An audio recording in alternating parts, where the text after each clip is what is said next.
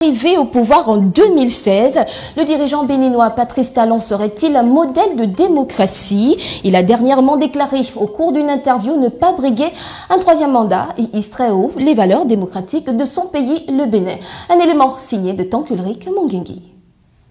Chiffonner la Constitution pour s'éterniser au sommet de l'État. Monnaie courante en Afrique subsaharienne où bon nombre de chefs d'État avides du pouvoir, via des parlements béni oui, font régulièrement sauter le verrou de la limite de mandat à leur guise. Seul pays en Afrique francophone a gardé sa réputation de modèle démocratique depuis les années 2000, le Bénin. Petit en termes de superficie, mais puissant par ses institutions, face aux géants aux pieds d'argile. Pas de troisième mandat, respect de la Constitution oblige. À chacune de ses sorties, dans sa posture de démocrate, Patrice Talon n'avait rien changé à son discours sur une supposée révision de la Constitution de son pays pour briguer un troisième mandat. Il y a quelques années, en interview exclusive accordée aux confrères France 24 et RFI, le chef d'État était resté implacable. Donc c'est votre dernier mandat? Bien sûr. Premier juré. Tout à fait. En 2026, Patrice Talon ne sera pas candidat. Dieu nous plaide longue vie et bonne santé pour que nous puissions ensemble constater cela. À la tête du Bénin depuis 2016, dont le second mandat arrivera à terme en 2026, l'arrestation de ses amis pour tentative de coup d'État en septembre 2024 avait relancé le débat sur sa succession. Et pour mettre un terme définitif aux spéculations sur la question, récemment, chez l'hebdomadaire Jeune Afrique, Patrice Talon est resté droit dans ses bottes. Je ne serai pas candidat en 2026.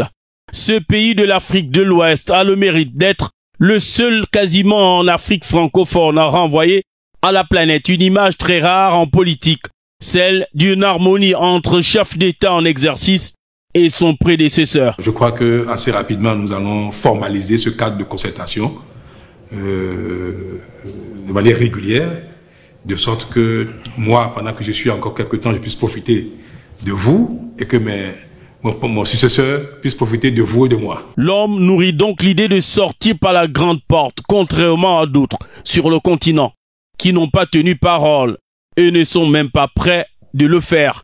Cas de l'Ivoirien Alassane Dramane Ouattara, qui pourrait briguer un 4e mandat dans quelques mois, après un rétropédalage il y a 5 ans. Je voudrais vous annoncer solennellement que j'ai décidé de ne pas être candidat à l'élection présidentielle du 31 octobre 2020 et de transférer le pouvoir à une jeune génération. Au Sénégal, la démocratie avait été écornée par le dernier mandat de Macky Sall, qui pourtant, de sa propre initiative, une fois arrivé au pouvoir, avait décidé, par révision de la Constitution, de réduire la durée du mandat présidentiel et même d'en limiter le nombre.